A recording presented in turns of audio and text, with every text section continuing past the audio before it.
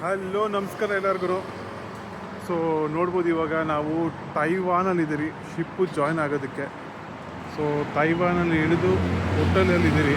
So ship delay ಆಗಿದೆ, ಅಂದರೆ ನಾಳೆ ಬರಬೇಕಾಗಿದ್ದು ನಾಡಿದ್ದು ಬರ್ತಿದೆ. ಸೊ 2 ಡೇಸು ತೈವಾನಲ್ಲಿ ಹೋಟೆಲ್ ಸ್ಟೇ ಸಿಕ್ಕಿದೆ.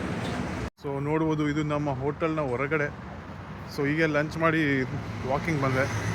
ಸೊ ತೋರಿಸೋಣ ತೈವಾನ್ ಹೇಗಿದೆ ಅಂತ ನಿಮಗೂ ನೋಡಿ. ಇದು ತೈವಾನು. ಸೊ ನೋಡಿ ಅದೇ ನಾವಿರೋವಂಥ ಹೋಟೆಲ್ಲು. ಒಂದು 50 ಫ್ಲೋರ್ ಇದೆಯೋ ಅಪ್ಪ ಗೊತ್ತಿಲ್ಲ. ಲಂಚ್ ಮಾಡೋ ಇದೇ 40th ಫ್ಲೋರಲ್ಲಿ ಇತ್ತು. ಟೋಟಲ್ ಎಷ್ಟು ಫ್ಲೋರ್ ಇದೆ ಅಂತ ಗೊತ್ತಿಲ್ಲ. ಸೊ ಅದೇ ಹೋಟೆಲಲ್ಲಿ ನಮಗೆ ಸ್ಟೇ ಇರೋದು 2 ಡೇಸ್. ಸೊ ಅದಾದಮೇಲೆ ಇಲ್ಲಿಂದ ಶಿಪ್ ಜಾಯ್ನ್ ಆಗ್ತೀವಿ. ಸೊ ಅಲ್ಲೇ ನೋಡ್ತಿದ್ದೀರಲ್ಲ ಅದು ನೋಡಿ, ಅದು ಲಾಟ್ರಿ. ಈಗ ನಮ್ಮ ಕಡೆ ಎಲ್ಲ ಲಾಟ್ರಿ ಮಾಡ್ತಾರಲ್ಲ ಆ ಥರದ್ದೊಂದು ಶಾಪ್ ಅದು. ನನಗೆ ತಿಳಿದು ಬಂದಿದ್ದೇನು ಅಂದರೆ ಇದು ಈ ಲಾಟ್ರಿ ಸಿಸ್ಟಮ್. ಲಾಟ್ರಿ ಟಿಕೆಟ್ ಮಾಡ್ತಾರೋ ಇಲ್ಲ ಏನೋ ಗೊತ್ತಿಲ್ಲ, ಇಲ್ಲ ಗೇಮ್ ಆಡ್ತಾರೋ ಏನೋ, ಬಟ್ ಇದು ಲಾಟ್ರಿ ಶಾಪ್.